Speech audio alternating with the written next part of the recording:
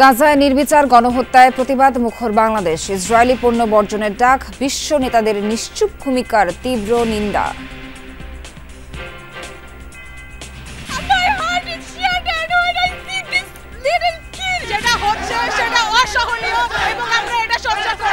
Israeli পণ্য যা আছে সব বয়কট করা হোক। নৃশংস যে অত্যাচারের শিকার হচ্ছে আমার ফিলিস্তিনবাসী, আমাদের মুসলমান, এইটার একটা ফুল স্টপ টানতে হবে।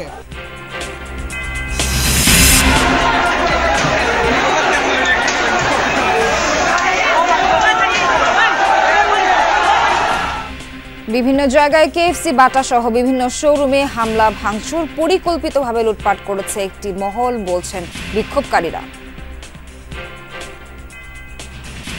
কিছু দুষ্কৃতিকারী মুখ বেঁধে সন্ধ্যা 6টা থেকে 6:30টার ভিতরে এসে আমার দোকানের ভিতরে আমরা যারা ছিলাম আমাদের আহত করে দোকানের ভিতরে ঢুকে যত প্রোডাক্ট ছিল সব নিয়ে গেছে, নগদ টাকা পয়সা এবং জুতা যা ছিল সব লুটপাট করে নিয়ে গেছে।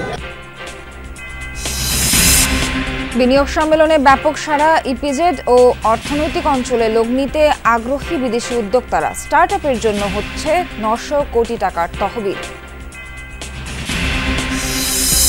3 মাসের জন্য শুল্ক স্থগিতের আহ্বান জানিয়ে প্রেসিডেন্ট ট্রাম্পকে ডক্টর ইউনূসের চিঠি। বাণিজ্য ঘাটতি মেটাতে উদ্যোগ নেবে ঢাকা।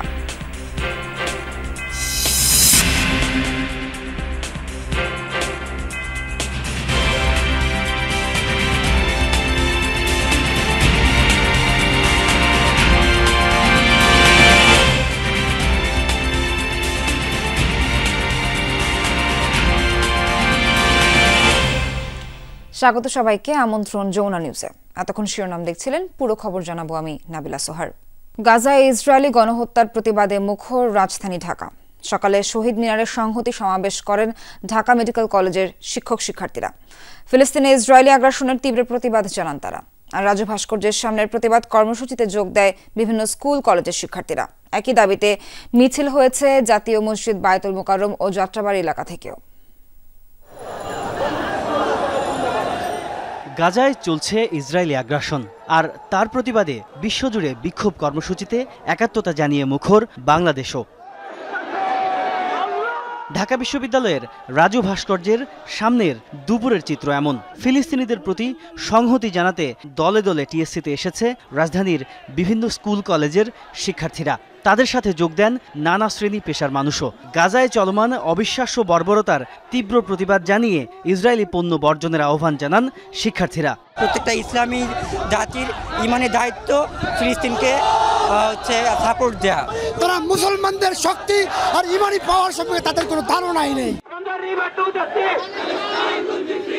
কেন্দ্রীয় শহীদ মিনারে সংহতি সমাবেশ করেন ঢাকা মেডিকেল কলেজের শিক্ষক শিক্ষার্থীরা। যোগ দেন ঢাকা মেডিকেলের ফিলিস্তিনি শিক্ষার্থী Ibrahim Kisku. Israel intentionally targeted the water suppliers, the food storage, and leading people for starvation. And as I'm talking now, this morning, Israel has burned some journalists, and this is happening almost daily. We will keep fighting. We will never bow for anyone. This is my message to the world. গাজাবাসীর হেফাজতের জন্য আমি দোয়া করছি, এবং আল্লাহ যদি এই ইহুদিদের হেদায়েত না দিয়ে থাকে তাদের যেন ধ্বংস করে দেয়। ওলামা মাশায়েখ ও সাধারণ মুসল্লিদের ব্যানারে মিছিল হয়েছে বায়তুল মোকাররমে। বাদ জোহর মিছিলে অংশ নেন হাজারো মুসল্লি। ফিলিস্তিন ফিলিস্তিন জিন্দাবাদ জিন্দাবাদ। বিশ্বের বিবেক কি এখনো নাড়া দেয় না যে এত কোটি কোটি মানুষকে হত্যা করা হচ্ছে? বাংলাদেশ সহ গোটা বিশ্ব থেকে আমরা মুসলমানরা গিয়ে ইসরায়েলের বিরুদ্ধে যুদ্ধ করব। নিপীড়িত ফিলিস্তিনিদের প্রতি সংহতি জানিয়ে সমাবেশ হয়েছে যাত্রাবাড়িতেও। জোহরের নামাজের পর সড়কে নেমে প্রতিবাদ জানায় বিভিন্ন মাদ্রাসার শিক্ষার্থী ও মসজিদের মুসল্লিরা। সমাবেশ থেকে ইসরায়েলি পণ্য বিক্রি করা দোকানও বর্জনের ডাক দেয় ছাত্র জনতা। আমরা বিজয় অর্জন করেছি, ঠিক সেরকমভাবে আমরা আজকে হামাসের নেতৃত্বে সারা পৃথিবী ঐক্যবদ্ধ।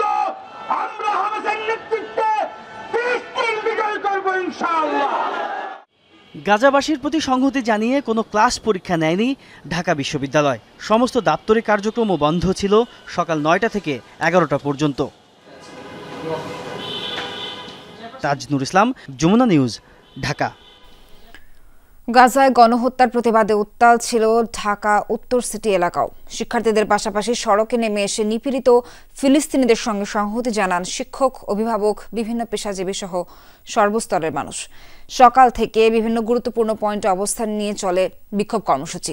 প্রত্যেকের কণ্ঠে ছিল ফিলিস্তিনের প্রতি সহমর্মিতা আর গাজায় ইসরায়েলি বর্বরতা বন্ধের জোরালো দাবি। আরব সহ বিশ্ব নেতাদের নিশ্চুপ ভূমিকার তীব্র সমালোচনা করেন তারা।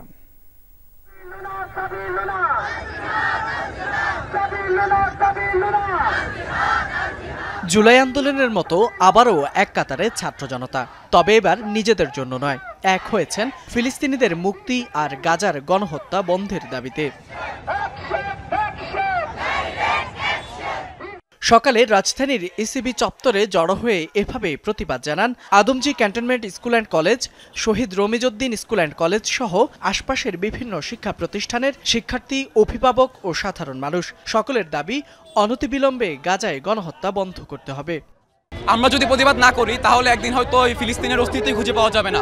আমরা আমাদের সরকারকে একটা চ্যালেঞ্জ দিতে চাই, আমরা কোনো দোকান, কোনো রেস্টুরেন্ট, কোনো জায়গায় কোনো ইসরায়েলি পণ্যের জায়গা দিতে চাই না। আমরা দেখেছি যে মানুষকে এমন শক্তিশালী বোমা দিয়ে আকাশে উড়িয়ে দেওয়া হয়েছে, এটা একদম বর্বরোচিত হামলা।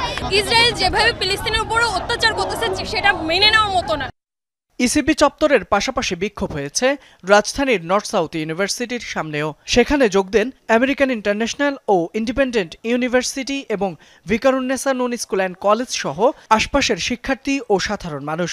গাজার নৃশংস গণহত্যার নিন্দা জানিয়ে ইসরায়েলি পণ্য বয়কটের আহ্বান জানান বিক্ষোভকারীরা। আমেরিকা ওয়েস্ট যা করছে সেটা বর্বরতা, নৃশংসতা বা অমানবিকতার বলে কোনো শব্দ দিয়ে বিবরণ দেওয়া যাবে না। My heart is shattered when I see this little kid in this bloodshed. We are sorry. We are so sorry. This is what we can do. As a Muslim Ummah, we failed you. যেটা হচ্ছে সেটা অসহনীয় এবং আমরা এটা সহ্য করব না। নারায়ে তাকবীর, আল্লাহু আকবার। যেখানে সৌদি আরব কিছু করছে না, আরব আমিরাত কিছু করছে না, পাকিস্তান কিছু করছে না, সেখানে আসলে বাংলাদেশ থেকে দাঁড়িয়ে আমরা আমাদের নিজেদের জায়গা থেকে ক্লিয়ার থাকার ট্রাই করছি। বিক্ষোভ হয়েছে রাজধানীর উত্তরাতেও। সেখানে অংশ নেন উত্তরার বিভিন্ন শিক্ষা প্রতিষ্ঠানের হাজার হাজার ছাত্র জনতা। এ সময় গাজার বর্বর গণহত্যার পরও বিশ্ব নেতাদের নিশ্চুপ থাকার নিন্দা জানান তারা। ওদের দোষ কি? শুধু মুসলিম নিজেদের, ওরা কি চেয়েছিল? শুধু নিজেদের বাসস্থানে থাকতে।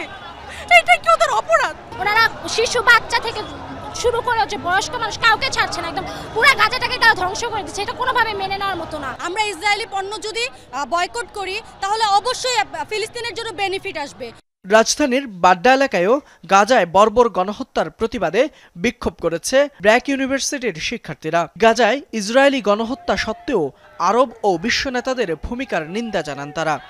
এই দেশগুলো নিজেদেরকে মুসলিম প্রধান বলে গর্ববোধ করে, তারা কিভাবে এই জিনিস নিয়ে কথা না বলে? সমস্ত হাসপাতাল উড়িয়ে দেওয়া হয়েছে, সেখানে কোনো বেঁচে থাকার মতো কোনো শ্বাস প্রশ্বাসের অবস্থা নাই।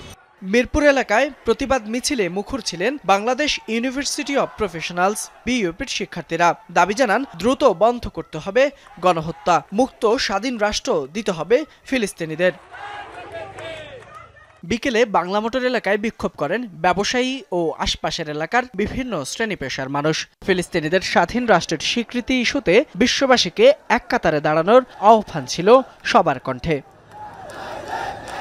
ফয়সাল মাহমুদ, যমুনা নিউজ, ঢাকা।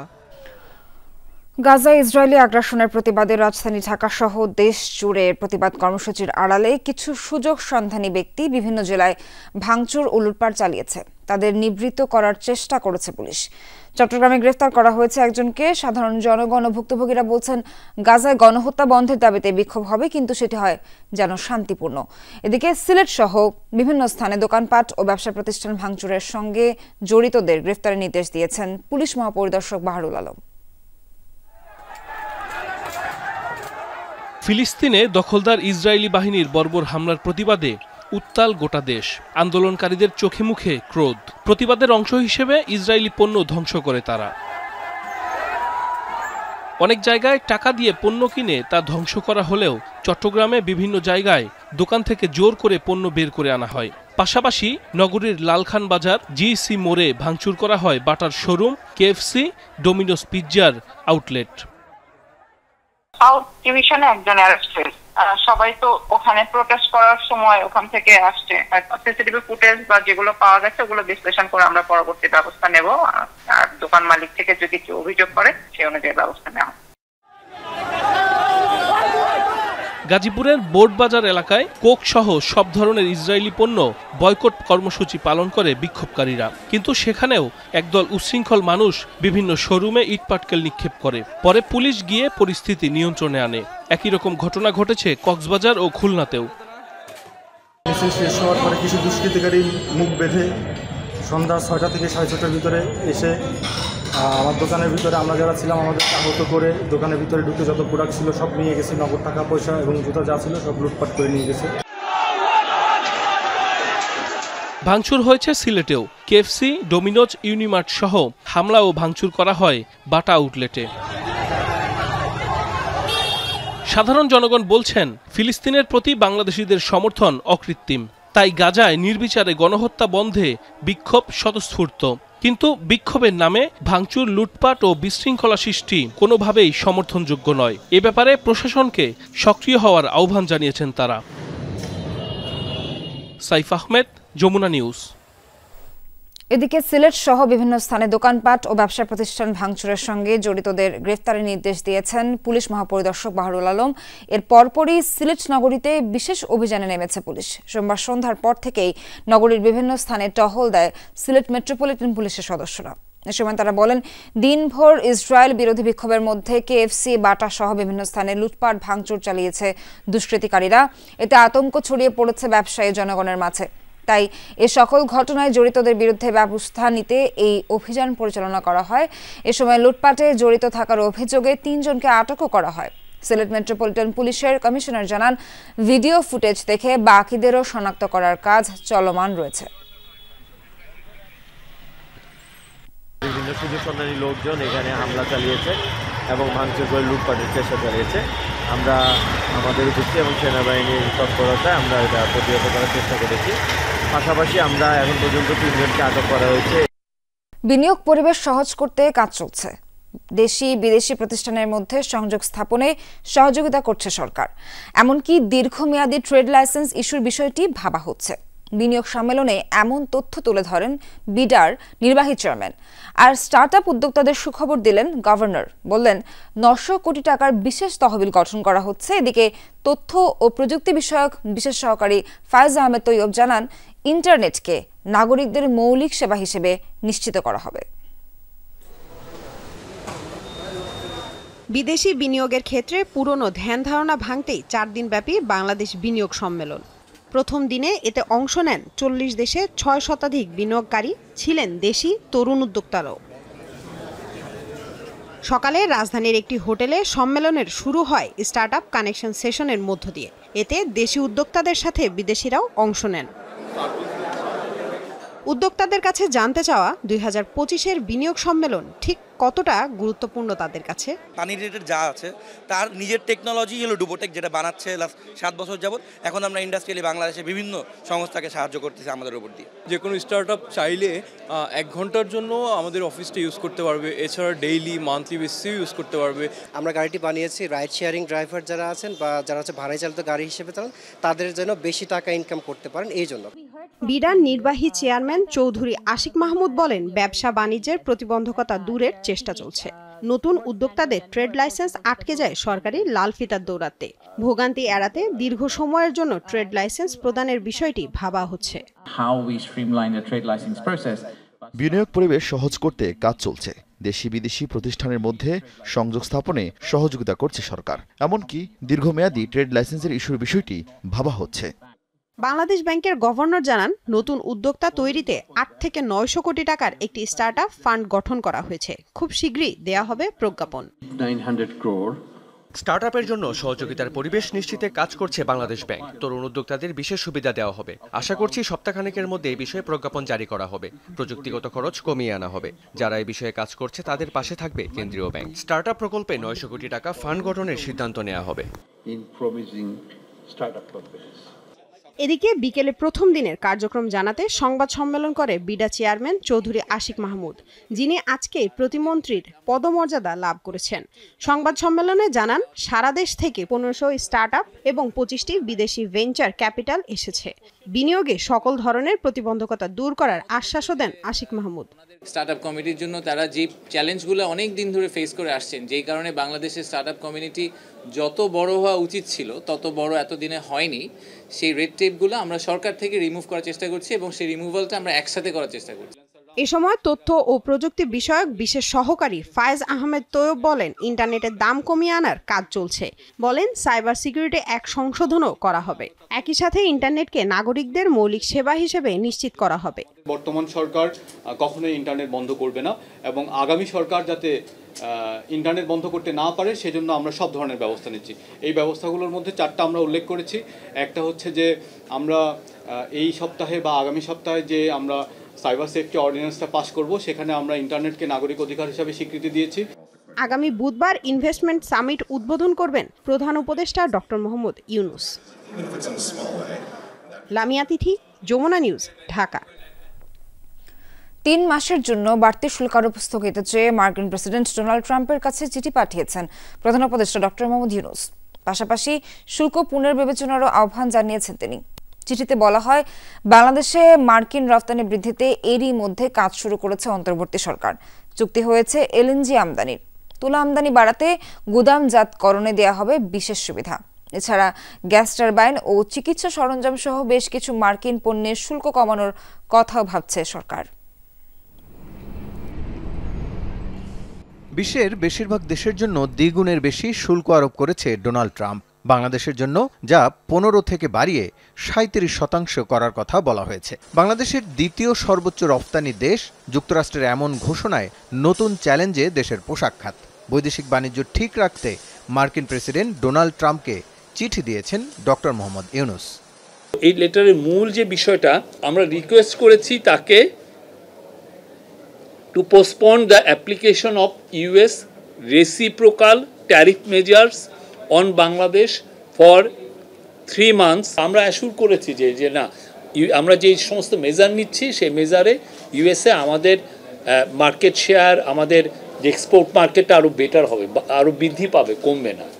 চিঠিতে বলা হয়, বাংলাদেশি প্রথম আলোচনার জন্য প্রোঅ্যাক্টিভ উদ্যোগ নিয়েছে। এরই মধ্যে মার্কিন রপ্তানি বৃদ্ধিতে আলোচনার জন্য উচ্চ প্রতিনিধি দল ওয়াশিংটনে পৌঁছেছে। বাণিজ্য ঘাটতি কমাতে তুলা, গম, ভুট্টা, সয়াবিন আমদানি বাড়াতে উদ্যোগ নেওয়া হচ্ছে। পাশাপাশি আমেরিকান কৃষি পণ্যের শুল্ক শূন্যে নামানোর কথাও বলা হয়েছে। মার্কিন পণ্য আমদানি বাড়াতে অশুল্ক বাধা দূর করার প্রতিশ্রুতিও দেওয়া হয়েছে চিঠিতে। বলা হয়, পরবর্তী 3 মাসের মধ্যে এই পদক্ষেপগুলো বাস্তবায়ন করা হবে। তাই ঘোষিত শুল্ক 3 মাসের জন্য স্থগিতের আহ্বান জানানো হয়েছে। ব্যবসায়ী নেতারা বলছেন, চিঠির পাশাপাশি শুল্ক আরোপ ঠেকাতে আলোচনা চালিয়ে যেতে হবে।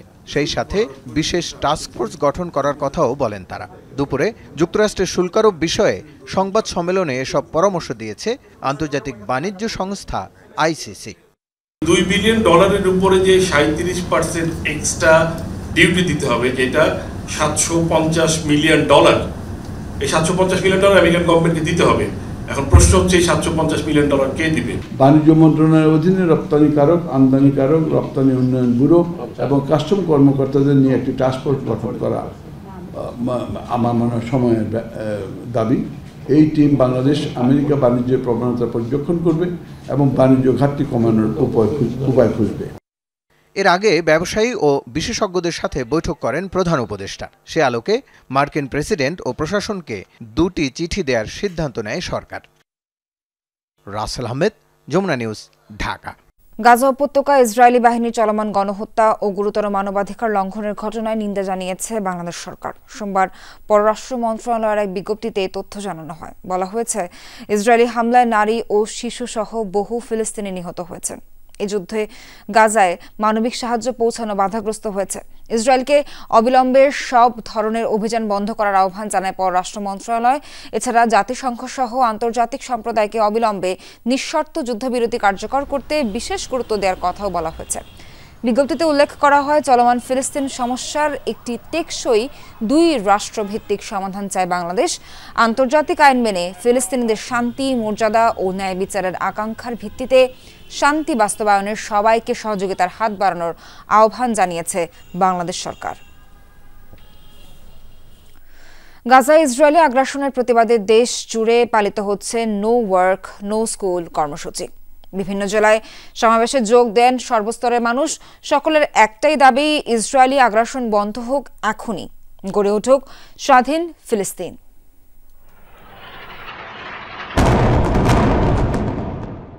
নৃশংসতা, বর্বরতা, নিষ্ঠুরতা দেখছে বিশ্ববাসী। গেল সপ্তাহ দেখে গাজা দখলে স্থল আগ্রাসনের পরিধি বাড়িয়েছে ইসরায়েলি বাহিনী। উত্তর থেকে দক্ষিণ ইসরায়েলের বোমা বর্ষণ থেকে রেহাই পায়নি কোনো এলাকা। এরই প্রতিবাদে সারা বিশ্বের মতো দেশ জুড়ে চলছে নো ওয়ার্ক নো স্কুল কর্মসূচি।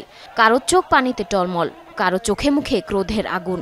সবার কণ্ঠে একই উচ্চারণ, ইসরায়েলের আগ্রাসন বন্ধ হোক এখনই, গড়ে উঠুক স্বাধীন ফিলিস্তিন। এমন দাবিতে গাজাবাসীর প্রতি সংহতি জানিয়ে বিক্ষোভে কাঁপল রংপুর। বাংলাদেশের যে কোনো মানুষ যে কোনো প্রান্তে আছে, তারা নিজ নিজ অবস্থান থেকে ইসরায়েলি পণ্য বয়কট করুক। তাদেরকে আমরা অর্থনৈতিকভাবেই। ক্লাস পরীক্ষা বর্জন করে ধর্মঘট পালন করছে বরিশালের শিক্ষা প্রতিষ্ঠানের শিক্ষার্থীরাও। গাজায় মুসলিমদের ওপর হওয়া গণহত্যার বিচারের দাবি জানান তারা। আমি মনে করি আজকের এই সমাবেশ প্রত্যেকটা মুসলমানের ইমানি দায়িত্ব। হৃদয়ে যে আমাদের রক্তক্ষরণ হইতে আছে, এটা আসলে আমাদের জন্য তো যুদ্ধ ফরজ হয়ে গেছে। ফিলিস্তিনকে স্বাধীন রাষ্ট্র ঘোষণার দাবিতে গণজমায়েত হয়েছে কক্সবাজারে। কর্মসূচিতে যোগ দেয় বিভিন্ন স্কুল, কলেজ, মাদ্রাসা ও বিশ্ববিদ্যালয়ের শিক্ষার্থীরা। গাজায় ইসরায়েলের চলমান আগ্রাসন, নারী শিশু সহ হাজারো নিরীহ মানুষের হত্যা এবং মানবাধিকার লঙ্ঘনের প্রতিবাদ জানায় নাটোরের হাজারো মানুষ। তারা অ্যাম্বুলেন্স পর্যন্ত আক্রমণ করেছে হামাসের নাম করে। বিশ্বের মুসলমান যদি এক হয় তাহলে আশা করা যায় এগুলা বন্ধ হবে। পটুয়াখালীতেও হয়েছে বিশাল জমায়েত, যোগ দেন সর্বস্তরের মানুষ, জানান গণহত্যার প্রতিবাদ। গাজীপুরে ইসরায়েল পণ্য বয়কটের ঘোষণা দেয় স্থানীয়রা। প্যালেস্টাইনের সেই বর্বর হত্যাকাণ্ডের বিরুদ্ধে আমরা সকল শ্রেণীর, সকল পেশার, সকল ধর্মের, সকল বর্ণের মানুষ আমরা একত্র হয়েছি। রাজশাহী ও খুলনা বিশ্ববিদ্যালয়েও কর্মসূচি পালন করেছে শিক্ষক শিক্ষার্থীরা। সবার কণ্ঠে একটাই দাবি, গণহত্যার বিচার। গত প্রায় 1.5 বছর ধরে গাজাতে 21 শতকের জঘন্যতম গণহত্যা চলছে। 76 বছরের একটা অকুপেশন চলছে, এটা হুট করে আজকে শুরু হওয়া কথা না। রাজধানীর যাত্রাবাড়িতেও হয়েছে বিক্ষোভ। বক্তারা বিশ্ববাসীকে এগিয়ে আসার আহ্বান জানান। আমরা বাংলাদেশি শিক্ষার্থীরা নিজেদের জায়গায় সর্বোচ্চ রেজিস্ট্রেশন আমরা ঘোষণা করেছি। চাঁদপুর, জামালপুর, চুয়াডাঙ্গা, লক্ষ্মীপুর সহ বিভিন্ন জেলায় গণহত্যার প্রতিবাদে বিক্ষোভ মিছিল ও সমাবেশ হয়েছে। যোগ দেন রাজনৈতিক ও বিভিন্ন সামাজিক সংগঠনের নেতাকর্মীরাও। জারিন অর্নি, যমুনা নিউজ। ফিলিস্তিনের গাজায় ইসরায়েলি আগ্রাসন ও ভারতের পার্লামেন্টে ওয়াকফ সংশোধনী বিল প্রস্তাবের বিরুদ্ধে রাজধানীতে বিক্ষোভ মিছিল করছে জাতীয় নাগরিক পার্টি এনসিপি। সোমবার বিকাল 4টায় মিছিলটি শাহবাগের জাতীয় জাদুঘরের সামনে থেকে শুরু করে বাংলা মোটরে দলের কেন্দ্রীয় কার্যালয়ের সামনে গিয়ে শেষ হয়।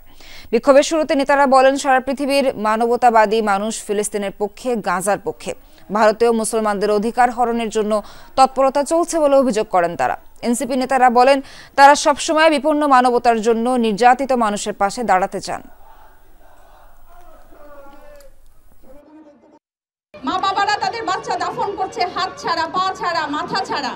এর থেকে বিভৎস, এর থেকে নৃশংস এই 2025 সালে এরকম একটা উন্নত বিশ্বে আর কি হতে পারে? আমি পশ্চিমা বিশ্বকে বলতে চাই, আপনাদের নারী অধিকার কোথায়? আপনাদের শিশু অধিকার কোথায়? আপনাদের মানবতা কোথায়? বাংলাদেশ রাষ্ট্রের হয়ে, বাংলাদেশ রাষ্ট্রের সামর্থ্য আছে, সেই সামর্থ্যের সর্বোচ্চটুকু দিয়ে আন্তর্জাতিক পর্যায়ে প্যালেস্টাইন রাষ্ট্রের পক্ষে তাদের ভয়েস, বাংলাদেশের ভয়েস অবশ্যই উঁচু করে তুলে ধরতে হবে।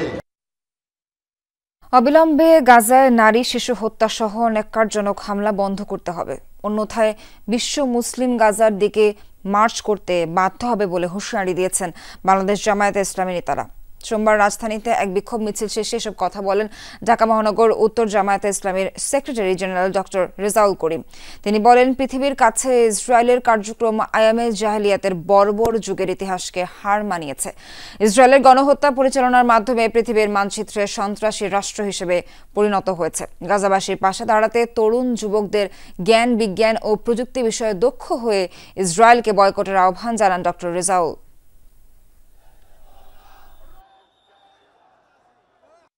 ওইসিকে বলবো, আপনারা সোচ্চার হন এবং ওই মুসলিম নারী পুরুষের পাশে গিয়ে অবস্থান নিন। যেভাবে গণহত্যা চালাচ্ছে ওই ইসরায়েলি বিভৎস চিত্র দেখে তাদেরকে থামিয়ে দিন।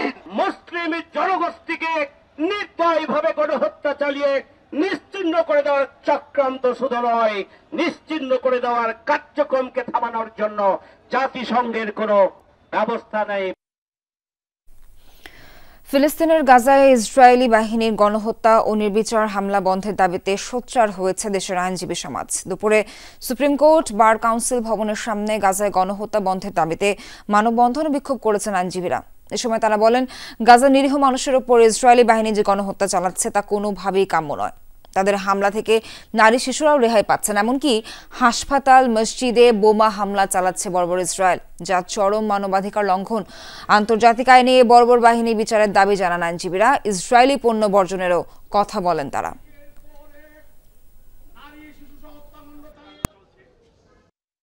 আমি ঘৃণা জানাচ্ছি আপনাদের প্রতি। প্রতিটা শিশুর রূহ, তাদের প্রাণের যে আর্তনাদ, তাকে আমি আমার মধ্যে ধারণ করছি। গাজায় বর্বরতা বন্ধ করতে হবে, জেনোসাইড বন্ধ করতে হবে, ডিমোলিশন বন্ধ করতে হবে, ইভিকশন বন্ধ করতে হবে। পাশাপাশি ইসরায়েল নামক রাষ্ট্রের অস্তিত্ব শেষ করে দিতে হবে।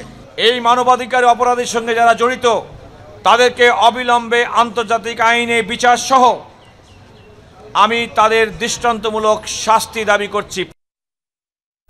চট্টগ্রামের আনোয়ারায় কোরিয়ান ইপিজেড ও মিরসরাইয়ে দেশের বৃহত্তম অর্থনৈতিক অঞ্চল পরিদর্শন করেছেন বিভিন্ন দেশের 60 সদস্যের বিনিয়োগকারী দল। অবকাঠামো সুবিধা এবং পরিবেশ দেখে তারা বিভিন্ন খাতে বিনিয়োগে আগ্রহ প্রকাশ করেন। পরিবেশ বান্ধব শিল্পাঞ্চল, হাইটেক কারখানা স্থাপনের সুবিধা সহ বাংলাদেশে বিনিয়োগে অপার সম্ভাবনার চিত্র তুলে ধরে বিডা ও বেজা সহ সংশ্লিষ্ট কর্তৃপক্ষ। অবকাঠামোগত সুবিধা এবং পরিবেশ বেসরকারি খাতের একমাত্র ইপিজেড চট্টগ্রাম শহরের উপকণ্ঠে আনোয়ারায় 2500 একর আয়তনের কোরিয়ান ইপিজেডে বর্তমানে উৎপাদনে আছে 15টি কারখানা। বিপুল জায়গা এখনো অব্যবহৃত, যেখানকার অবকাঠামোগত সুবিধা এবং পরিবেশ নজরকাড়া। বাংলাদেশ ইনভেস্টমেন্ট সামিটের প্রথম দিনে কেপিজেড পরিদর্শন করে দক্ষিণ কোরিয়া, চীন, নেদারল্যান্ডস, জাপান, অস্ট্রেলিয়া সহ বিভিন্ন দেশের 60 সদস্যের বিনিয়োগকারী দল। কারখানায় উৎপাদন কার্যক্রম ঘুরে দেখার পাশাপাশি বিনিয়োগকারীদের সাথে মতবিনিময় করেন। নবায়নযোগ্য জ্বালানি, তৈরি পোশাক ও বস্ত্র, কৃষি প্রক্রিয়াজাতকরণ ও হেলথ কেয়ার খাতে বিনিয়োগে আগ্রহ প্রকাশ করেন প্রতিনিধি দলটি। স্টিল অনেক স্পেস আছে যেখানে বিদেশি বিনিয়োগকারীরা নতুন করে বিনিয়োগ করতে পারে। বর্তমান গভর্নমেন্টের যেই উদ্যোগ, আমি মনে করি যে ইনভেস্টমেন্ট অনেক বৃদ্ধি পাবে।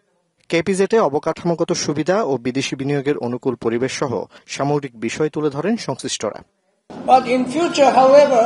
ভবিষ্যতে সরকার ও অর্থনৈতিক প্রতিষ্ঠানগুলো সহ সবাই এই প্রকল্পের সুবিধা পাবে, যা বিশ্বের বুকে বাংলাদেশকে নতুন পরিচিতি এনে দেবে। মূলত তারা প্রাইভেট ইপিজেড বাংলাদেশে কি অবস্থায় আছে, কিভাবে চলছে, কি ধরনের সাপোর্ট তারা পাচ্ছে, তাদের ইনফ্রাস্ট্রাকচার কি, কতগুলি ফ্যাক্টরি আছে এখন পর্যন্ত, এই সবগুলি জিনিস তারা সরজমিনে দেখবে। বিনিয়োগ সম্ভাবনা এবং জুলাই বিপ্লব পরবর্তী অর্থনৈতিক সংস্কারের বিষয়গুলো তুলে ধরার পাশাপাশি দীর্ঘমেয়াদী বিদেশি বিনিয়োগ আকৃষ্ট করতেই মূলত এই উদ্যোগ। কিভাবে কোরিয়ান ইপিজেডকে আরো এক্সপেডাইট করা যায়, কিভাবে এখানে বিনিয়োগ আকর্ষণ করা যায়, কিভাবে আরো বিদেশি বিনিয়োগ নিয়ে আসা যায়, এই লক্ষ্যকে টার্গেট করে এবং এই সামিটকে আমরা কোরিয়ান ইপিজেডকে বিনিয়োগকারীদের সামনে উপস্থাপন করছি। ফিজিক্যালি ইনভেস্টররা যেন একটি আবহাওয়া দেখতে পান, অনেকগুলো ইনসেন্টিভ দিচ্ছি, এটা মানুষের শোনা আর এসে দেখাটা সম্পূর্ণ আলাদা এক্সপেরিয়েন্স হিসেবে আমরা বিবেচনা করেছি। লং টার্ম একটা প্ল্যান করা হচ্ছে যাতে বাংলাদেশে বিশ্বের বিভিন্ন দেশে যারা বিনিয়োগকারী আছেন তারা দীর্ঘমেয়াদে বিনিয়োগের চিন্তাটা করেন। কেপিজেটের পর বিদেশি প্রতিনিধি দলটি চট্টগ্রামের মিরসরাই অর্থনৈতিক অঞ্চল পরিদর্শন করে। দেশের সবচেয়ে বড় এই অঞ্চলের আয়তন 30,000 একরেরও বেশি। জুবাইদ ইবনে শাহাদাত, যমুনা নিউজ, চট্টগ্রাম। নির্বাচনী ব্যয় যথাসম্ভব কম রেখে পারস্পরিক সৌহার্দ্যপূর্ণ অবস্থায় লেভেল প্লেইং ফিল্ড যেন থাকে সেটি নিশ্চিত করতে নির্বাচনের প্রচারণা নীতিমালা করা হচ্ছে। এরই মধ্যে আচরণবিধির খসড়া প্রায় চূড়ান্ত। দুপুরে নতুন দলের নিবন্ধন এবং নির্বাচনী আচরণবিধি নিয়ে ইসির বৈঠক শেষে এমনটা জানিয়েছেন নির্বাচন কমিশনার আনোয়ারুল ইসলাম সরকার। বলেছেন, ভোটের সময় শৃঙ্খলা রক্ষায় সর্বোচ্চ কঠোরতা প্রয়োগের আইনি কাঠামো শক্তিশালী করতে কাজ চলছে। নির্বাচন কমিশনার জানান, রাষ্ট্র সংস্কার দল নামে একটি দলকে স্থগিতাদেশ দেওয়া হয়েছে। আচরণবিধিতে সংস্কার কমিশনের প্রস্তাব ও বিভিন্ন নতুন বিষয়ে যুক্ত করার উদ্যোগ নেওয়া হয়েছে বলেও জানান আনোয়ারুল ইসলাম।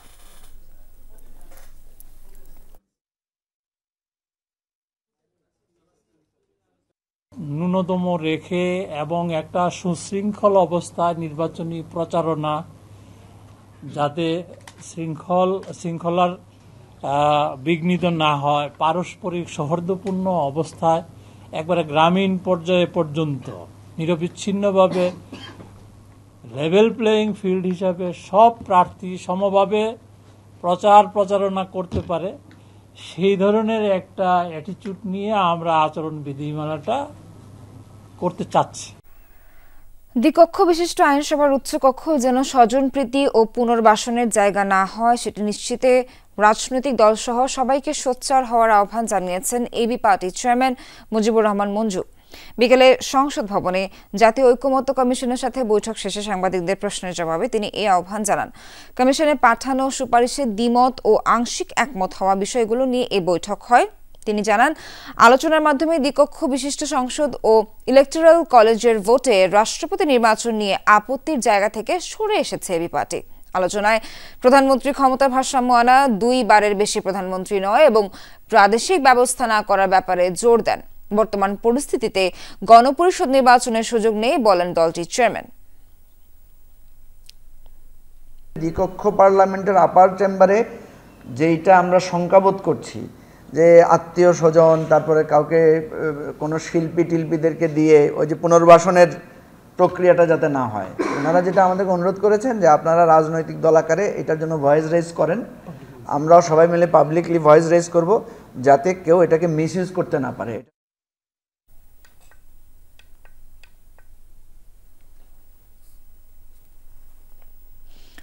পহেলা বৈশাখে পান্তার সাথে ইলিশ না খেয়ে পোড়া মরিচ ও ভর্তা খাওয়া ভালো বলে মন্তব্য করেছেন মৎস্য ও প্রাণী সম্পদ উপদেষ্টা। জানান, ইলিশ বৈশাখের সংস্কৃতি নয়, এ সময় ইলিশ খাওয়ার মানে নিষিদ্ধ জাটকা খাওয়া, যা আসলে আইনের লঙ্ঘন বলে মনে করেন উপদেষ্টা।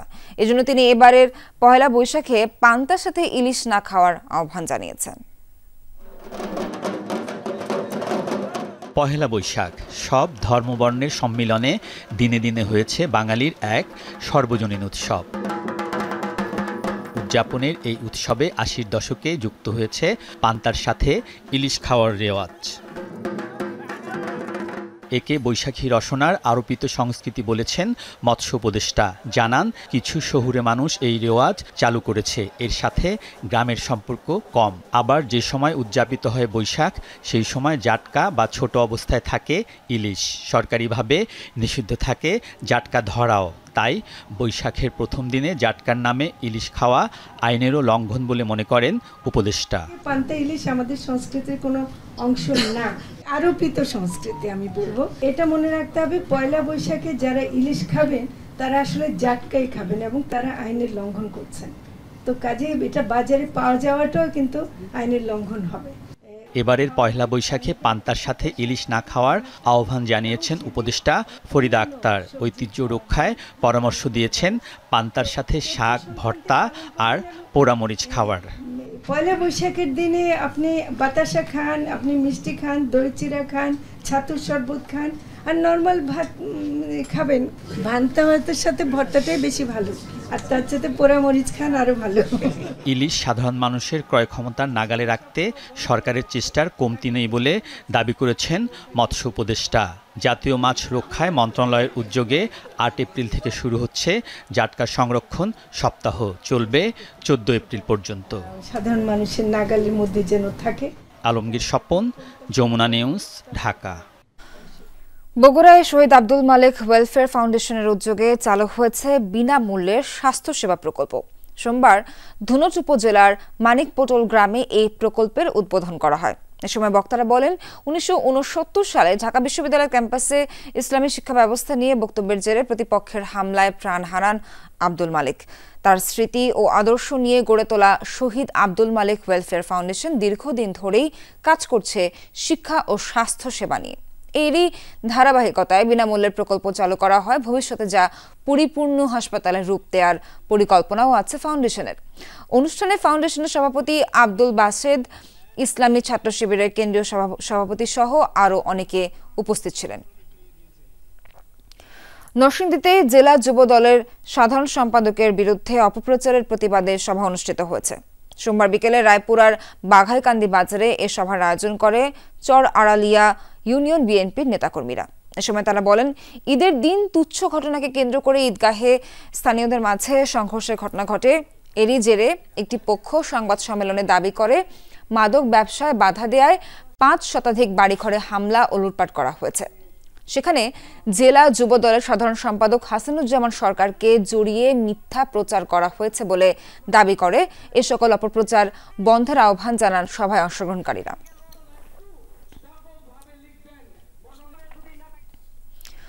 প্রথম বাংলাদেশি হিসেবে বিশ্বের ১০ম সর্বোচ্চ পর্বতশৃঙ্গ অন্নপূর্ণা ১ আরোহণ করলেন পর্বতারোহী বাবর আলী। সোমবার ভোরে অন্নপূর্ণা ১-এর চূড়ায় বাংলাদেশের পতাকা উড়ান চট্টগ্রামের এই চিকিৎসক। ২৬,৫৪৫ ফুট উচ্চতার এই পর্বত শৃঙ্গে প্রথমবার উড়ল লাল সবুজের পতাকা। বাবর আলী সুস্থ অবস্থায় ক্যাম্প ৩-তে নেমে এসেছেন। বুধবার নামবেন বেস ক্যাম্পে। এই অভিযানের জন্য গত ২৪ মার্চ বাংলাদেশ থেকে নেপালে যান তিনি। গত বছর এভারেস্ট এবং লোৎসে জয় করেছিলেন পর্বতারোহী বাবর আলী।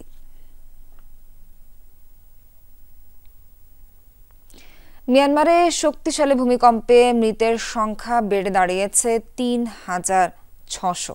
আহত হয়েছেন অন্তত ৫,০০০-এরও বেশি মানুষ। মিয়ানমারের আবহাওয়া ও ভূতত্ত্ব অধিদপ্তরের এই তথ্য নিশ্চিত করেছে।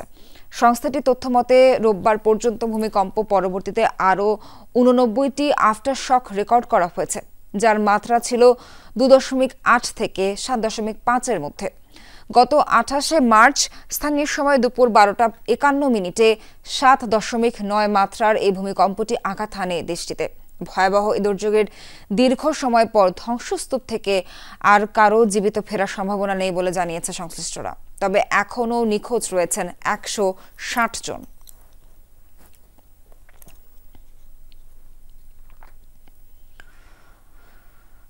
গাজায় নিরীহ ফিলিস্তিনিদের উপর ইসরায়েলের বর্বরোচিত হামলা ও হত্যার প্রতিবাদে বিক্ষোভ সমাবেশ হয়েছে দক্ষিণ আফ্রিকায়। স্থানীয় সময় সোমবার Johannesburg Islami forum of Africa উদ্যোগে এই সমাবেশ হয়। বাংলাদেশি ছাড়াও অংশ নেন বিভিন্ন দেশের নাগরিক ও অভিবাসীরা। বক্তব্য দেন দক্ষিণ আফ্রিকায় সফররত বাংলাদেশের ২১শে পদকপ্রাপ্ত আলোকচিত্রী ও সাংবাদিক শহীদুল আলম। ইসরায়েলের বিরুদ্ধে সবাইকে এক হয়ে কাজ করার ও ফিলিস্তিনবাসীর পাশে দাঁড়ানোর আহ্বান জানান তিনি।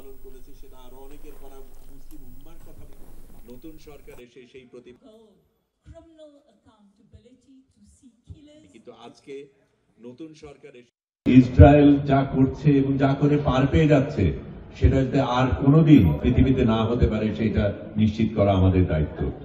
আপনারা আজকে এখানে আন্দোলন করছেন, এই একই মুহূর্তে বাংলাদেশে মার্কিন দূতাবাসের বাইরে কিন্তু প্রতিবাদ চলছে। বিএনপির ৩১ দফা কর্মসূচির বিষয়ে জনসচেতনতা সৃষ্টির লক্ষ্যে লিফলেট বিতরণ করা হয়েছে যুক্তরাজ্যে। বাংলাদেশে অধ্যুষিত বার্মিংহামে দলটির স্থানীয় নেতাকর্মীরা প্রবাসী বাংলাদেশিদের কাছে বিতরণ করেন লিফলেট। মসজিদ, ব্যবসা প্রতিষ্ঠান সহ নানা জায়গায় চালানো হয় প্রচারণা। এ তত্ত্বাবধানে ছিলেন যুক্তরাজ্য বিএনপির নেতা নাসিম আহমেদ চৌধুরী। এ সময় উপস্থিত ছিলেন টিপু আহমেদ, খিজির আহমেদ, শাহরিয়ার জুনাদ রহমান, মঞ্জুর আশরাফ খান, মুমিন ইনাম সহ দলটির বহু নেতাকর্মী।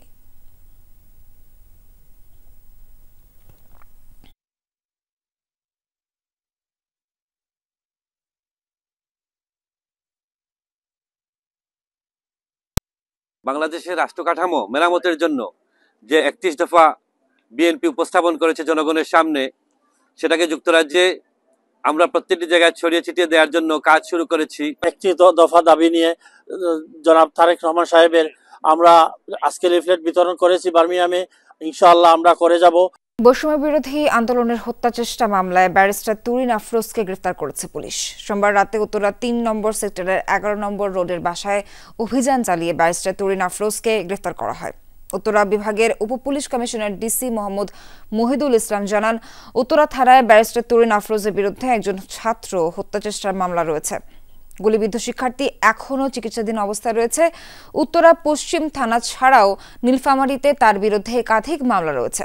এছাড়া তার ল্যাপটপ ও মোবাইল তল্লাশি করে সরকার বিরোধী পরিকল্পনার প্রমাণ পাওয়া গেছে বলে জানান ডিসি মহিদুল ইসলাম। এই মুহূর্তে তিনি পশ্চিম থানায় রয়েছে। আগামীকাল তাকে আদালতে তোলা হবে। ব্যারিস্টার তুরিন আফরোজ আন্তর্জাতিক অপরাধ ট্রাইব্যুনালের প্রসিকিউটর ছিলেন। অভিযুক্ত যুদ্ধাপরাধী মোহাম্মদ ওয়াহিদুল হকের সঙ্গে দেখা করার অভিযোগে তাকে ট্রাইব্যুনাল থেকে অপসারণ করা হয়েছিল। 30 নম্বর আসামি উনি, এই মাসে আমরা গ্রেপ্তার করেছি। হয়তো নীলফামারীতে আমাদের যতটুকু শুনেছি সেখানেও আরও তার বিরুদ্ধে মামলা রয়েছে। তার মোবাইলে, তার ফেসবুকে অনেকগুলো সরকার বিরোধী অনেক প্রচারণা রয়েছে। সে বিষয়ে আমরা ঊর্ধ্বতন কর্তৃপক্ষের সাথে কথা বলে পরবর্তীতে এই বিষয়ে কি আইনি ব্যবস্থা নেওয়া যায় সেটা আমরা গ্রহণ করব। গাজায় চলমান ইসরায়েলি আগ্রাসনের প্রতিবাদে বিক্ষোভ হয়েছে বিভিন্ন দেশে। ইসরায়েলের নির্বিচার বর্বরতা বন্ধ এবং তেল আবিবকে আন্তর্জাতিক আইন লঙ্ঘনের কারণে জবাবদিহিতার আওতায় আনার দাবিতে চলছে এই কর্মসূচি। তবে বিক্ষোভ প্রতিবাদ উপেক্ষা করে গাজায় হামলা অব্যাহত রেখেছে ইসরায়েল। প্রাণ গেছে আরও অর্ধশত ফিলিস্তিনের। এদিকে ফিলিস্তিনে হামলা বন্ধ করে দ্রুত যুদ্ধবিরতি কার্যকরের আহ্বান জানিয়েছে ফ্রান্স।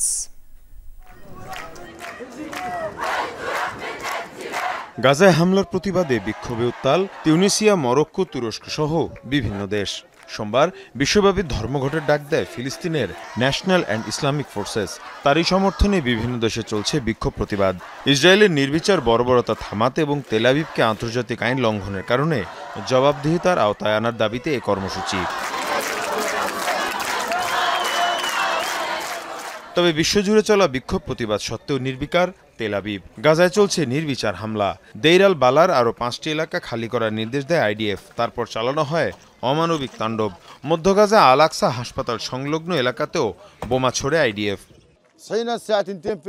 আমাদের আর কোনো আশা নেই। কিসের আশায় বাঁচব আমরা? গত রাতে এসব ধ্বংসস্তূপ লক্ষ্য করেও হামলা হয়েছে। ট্রাম্প এবং নেতানিয়াহু একই মুদ্রার এপিঠ ওপিঠ। এই দুজনই সন্ত্রাসী। এর আগে গাজার দক্ষিণাঞ্চলীয় খান ইউনিসের নাসের হাসপাতালের বাইরে গণমাধ্যম কর্মীদের তাঁবুতে হামলা চালায় ইসরায়েল। এ সময় সৃষ্টি হয় নারকীয় পরিস্থিতির। আগুনে পুড়ে নির্মম মৃত্যু হয় আলোচিত সাংবাদিক হিলমি আল ফাকওয়ার। এদিকে গাজায় ইসরায়েলের হামলাসহ মধ্যপ্রাচ্যের চলমান নানা ইস্যুতে আলোচনার জন্য মিশর সফর করছেন ফরাসি প্রেসিডেন্ট ইমানুয়েল ম্যাক্রন। অবিলম্বে গাজায় ইসরায়েলি হামলা বন্ধের আহ্বান জানান তিনি। যুদ্ধবিরতি ভেঙে এভাবে হামলা কোনোভাবেই কাম্য নয়। গাজায় অবিলম্বে যুদ্ধবিরতি কার্যকর করতে হবে। যে কোনো মূল্যে সেখানে হামলা বন্ধ করতে হবে। এর পাশাপাশি হামাসকেও জিম্মিদের মুক্তি দিতে হবে। এদিকে গাজায় ইসরায়েলের হামলায় রেড ক্রিসেন্টের 15 সদস্যের মৃত্যুর ঘটনায় সুষ্ঠু তদন্তের দাবি জানিয়েছে স্বেচ্ছাসেবী সংগঠনটি। গেল মাসে রাফা ইসরায়েলি সেনাদের গুলিতে নিহত হন তারা।